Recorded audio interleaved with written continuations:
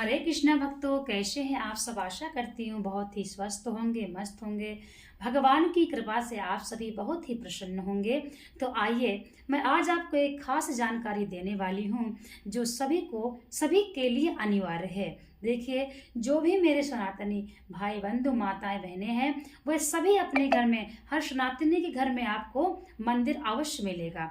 आप घर में ही अपनी भाव से, एक छोटा सा मंदिर होता है, उसमें हम अपने भाव से भावपूर्ण मूर्तियां रखते हैं, विग्रह रखते हैं, भगवान की मूर्तियां रखते हैं, लड्डू गोपाल का विग्रह रखते हैं, छोटा सा शिवलिंग रखते हैं, राधा कृष्ण रखते हैं, कामधेनु रखते हैं। इस प्रकार से हम भगवान की पूजा करते हैं और गणेश लक्ष्मी की पूजा निमित्त करते हैं।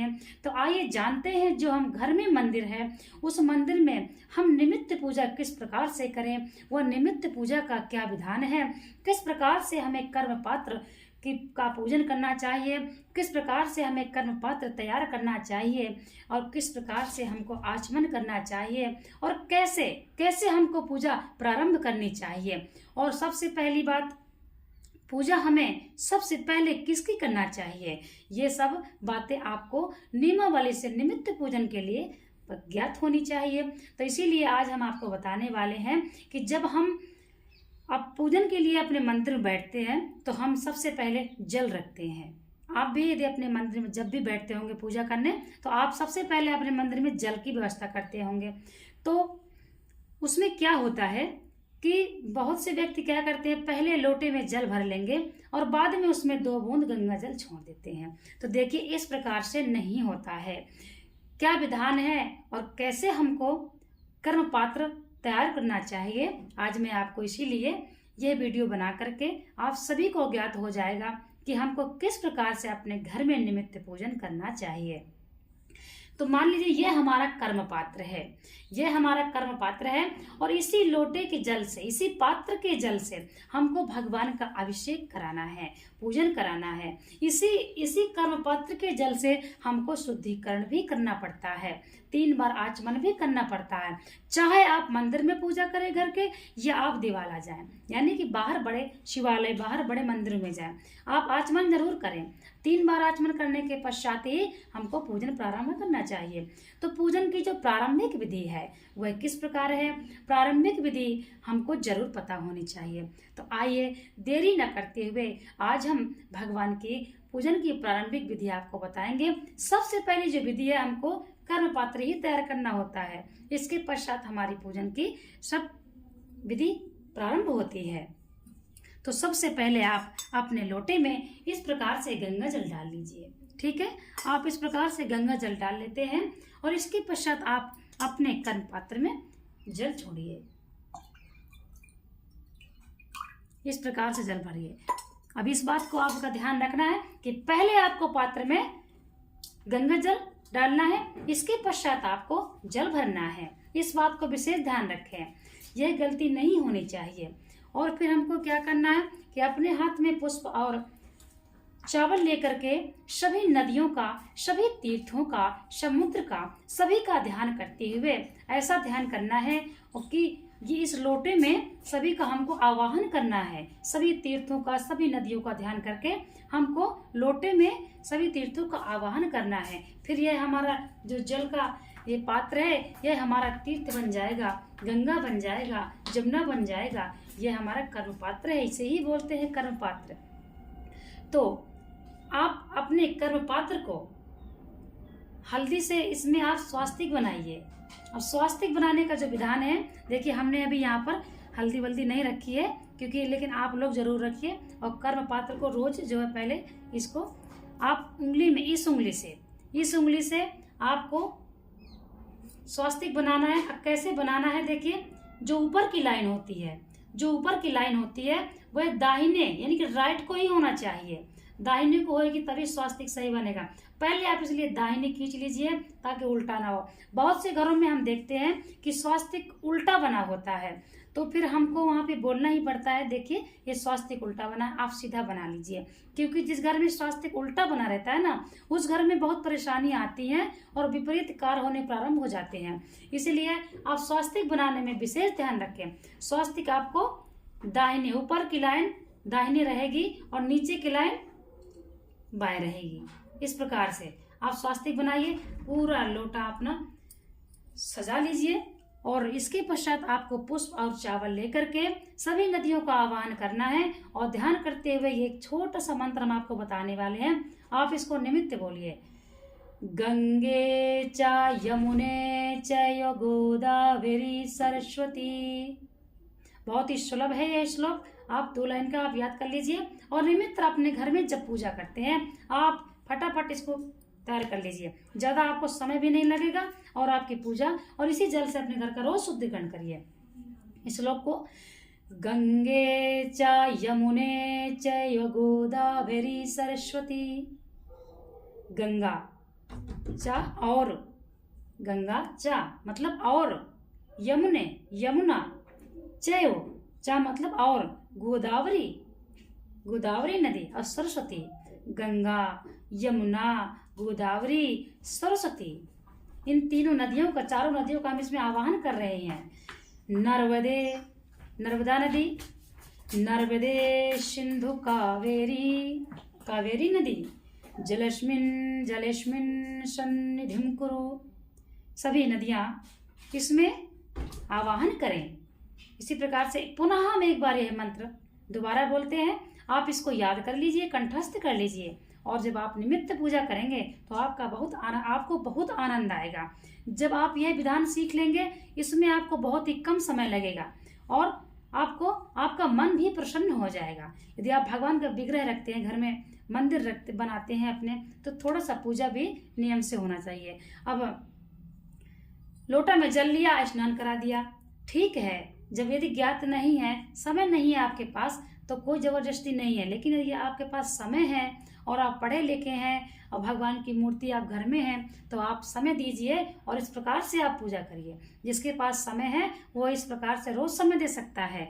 आधा घंटा 1 घंटे की पूजा में समय दीजिए और बाकी जो जितने भी 24 घंटे हैं उनको आप अपने लिए लीजिए, परंतु 24 घंटों में 1 घंटा आप भगवान के लिए अवश्य निकालिए। वो भगवान के लिए नहीं होता है, वो हमारे परलोक का साथ देता है। वो 1 घंटा यदि आप निकालते हैं तो वह हमारे परलोक का साथ देता है। इसीलिए इस एक बार हम पुनः इस मंत्र को दोबारा इस श्लोक को पढ़ेंगे, आप इसको कंठस्थ करें और इस प्रकार से आप कर्म पात्र को तैयार करें।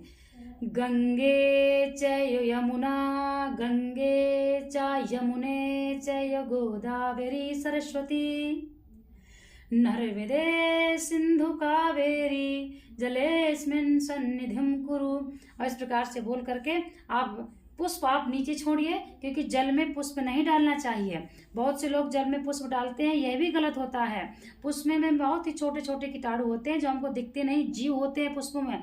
हम जब जल में डालते हैं ना तो वह मर जाते हैं, इसीलिए पुष्प को जल में नहीं डालना चाहिए। तो आप पुष्प को आप नीचे डाल दीजिए और चावल आप गर्म पात्र में डाल दीजिए। इस प्रकार से आप भी देखते होंगे जब आप अपने घर में पुष्प लाते हैं, छोटे छोटे जीव होते हैं, वो हमको नहीं दिखते हैं। अब हम उनको ला करके जल में डाल देंगे, यह भी गलत है। अब बहुत से लोग क्या करते हैं कि बिना देखे सुने अपने पुष्प उठाते हैं और जल में डाल लिया, लोटा लिया, चल दिया, यह भी गलत है। सब कुछ ध्यान रखते हुए हमसे किसी जीव की हत्या ना हो, क्योंकि हमारे अंदर कोई सामर्थ्य नहीं है कि हम किसी एक जीव का, यानी हम चींटी को भी बना सकें, हमें सामर्थ्य नहीं है। इसीलिए हम, ये साधारण सी बात नहीं है, बहुत बड़ी बात है। तो ये हमेशा ध्यान दीजिए कि हमसे किसी भी जीव की हत्या ना हो, चाहे छोटा हो चाहे बड़ा हो, क्योंकि सभी जीव में प्राण होते हैं और भगवान कहते हैं मैं हर जीव में व्याप्त हूँ। इसीलिए सभी जीवों का सम्मान कीजिए और किसी भी जीव की हत्या ना हो। इसीलिए आप पुष्प लीजिए, नीचे छोड़ दीजिए और बाकी जो भी सामग्री है वो आप जल में प्रोक्षण कीजिए, कोई दिक्कत नहीं, इस बात का ध्यान रखिए। तो एक बार पुनः इस जल के पात्र में हमको पुनः इस प्रकार से हाथ रखना है और हाथ रख करके फिर हमको सभी देवताओं का ध्यान करके और पुनः यह श्लोक दोबारा बोलना है और सभी नदियों से प्रार्थना करना है, सभी तीर्थों से प्रार्थना करना है कि सभी इसमें आवाहन करें। फिर इस जल से आप जब भगवान को अभिषेक कराएंगे तब ये मानिए आपका गंगा जल हो गया, आपका तीर्थ हो गया। इस प्रकार से आप घर बैठे ही सब कर सकते हैं। तो एक बार पुनः ऐसे हाथ रख करके आपको फिर यह श्लोक बोलना है। गंगे च यमुने चैव गोदावरी सरस्वती, नर्मदे सिंधु कावेरी जलेस्मिन् सन्निधिं कुरु। इस प्रकार से बोल करके अब ये आपका कर्म पात्र तैयार हो गया। अब इसी पात्र से आपको पूर्ण पूजा करना है, इसी पात्र से आपको पूर्ण पूजा करना है। ये जो जल है ये तीर्थों के समान है, गंगा जल के समान है। जब आप इस जल से अपने घर का शुद्धिकरण कीजिए और इसी जल को लेकर के अलग से रख करके आप इसी जल से 3 बार आचमन कीजिए। ओम कृष्णाय नमः, ओम वासुदेवाय नमः। इस प्रकार से ओम ऋषिकेशाय नमः करके आप जो है अपने हाथों को धुलिए, आचमन करिए इसी जल से और इसी जल से पूरे घर का शुद्धिकरण करिए इसी जल से। और देखिए पूजा पृथ्वी पूजन से प्रारंभ करना चाहिए। पृथ्वी पूजन करें, माता से पहले हमको आज्ञा लेना चाहिए, ठीक है। इसके पश्चात हमको गणेश लक्ष्मी की पूजा करना चाहिए, कलश की स्थापना करना चाहिए, नवग्रह पूजा करना चाहिए, भगवान का पूजन करना चाहिए। इस प्रकार से आप पंचांग पूजन छोटे से रूप में आप निमित्त कर सकते हैं। बहुत ही सरल है, सुलभ है। और भगवान का मंगलाचरण जब भी आप पूजा करते हैं तो आपको निमित्त 2-4 मंत्र बोलना चाहिए, जिससे मंगलाचरण हो जाता है। निमित्त मंगलाचरण अपने स्वयं बोल सकते हैं, ठीक है। ओम मंगलम भगवान विष्णु मंगलम गरुणाध्वज मंगलम पुंडरीकाक्ष मंगलाय तनोहरि सर्वमंगल मांगल्य शिवे सर्वार्थ साधिके शरण्ये त्र्यंबिके गौरी नारायणी नमोस्तुते। इस प्रकार से आप निमित्त भगवान का ध्यान करिए, क्योंकि हमारे साथ कुछ भी नहीं जाने वाला। हम चाहे जितना परेशान हो, चाहे जितना हम कमा के धर लें, जोड़ लें, कफन में दोस्तों जेब नहीं होती है। ये ईश्वर ही हमारा साथ देते हैं, अंतिम साथ हमारा भगवान ही देंगे। और हम भगवान के ही पास से आए हैं और हमें अपने नारायण के ही पास में जाना है दोस्तों। तो ये संसार काल्पनिक है, हम अल्पज्ञ हैं, हमको कुछ पता नहीं है। इसीलिए कितनों भी भगवान आपको दे दे, चाहे धन भर दे, दौलत भर दे भगवान, कितनों भी अमीर हो जाना, लेकिन मद कभी नहीं करना। क्योंकि हमारे पास दौलत बढ़ सकती है और हमारे पास धन जमीन बढ़ सकती है मित्रों, लेकिन हमारी उम्र नहीं बढ़ सकती है। हमारा एक समय निर्धारित है और जब हमारा समय आ जाएगा उस दिन हम ये सब कुछ छोड़ करके चले जाएंगे और लौट के हमको यहाँ कभी देखने नहीं आना है। इसीलिए अपना 24 घंटे में आप देखिए, पूजन का समय कुछ नहीं होता है। जरूरी नहीं है कि आप इसी प्रकार से पूजन करें। आप भगवान का नाम जप करें तो भगवान के नाम जप का कोई समय नहीं है। आपको जितने भी समय आपको समय मिले आप भगवान के नाम का जप करना प्रारंभ करें। मनुष्य बहुत ही परेशान चल रहा है कलयुग में, क्योंकि पैसा के पीछे सभी कोई दौड़ रहा है, सब कोई दौड़ रहा है, हम भी दौड़ रहे हैं, आप भी दौड़ रहे हैं। यदि पैसा नहीं है तो हम क्या खाएंगे, कैसे बच्चे पालेंगे, कैसे अपना घर चलाएंगे। इसलिए यह भी जरूरी है, परंतु जो भी समय मिले थोड़ी देर के लिए भगवान का ये अपनी परलोक इस लोक की व्यवस्था तो हम पूरे 24 घंटा करते हैं, तो छोड़िए बाकी 1 घंटा अपने परलोक की निमित्त व्यवस्था करिए।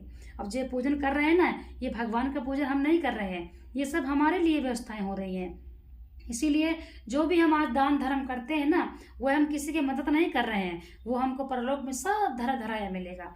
और जो हम खाएंगे पिएंगे वो कुछ नहीं मिलना है, परंतु जो हम दान धर्म करते हैं वो हमको स्वर्ग में सारी व्यवस्थाएं मिलती हैं परलोक में। तो अपनी परलोक की व्यवस्था हमें निमित्त करना चाहिए।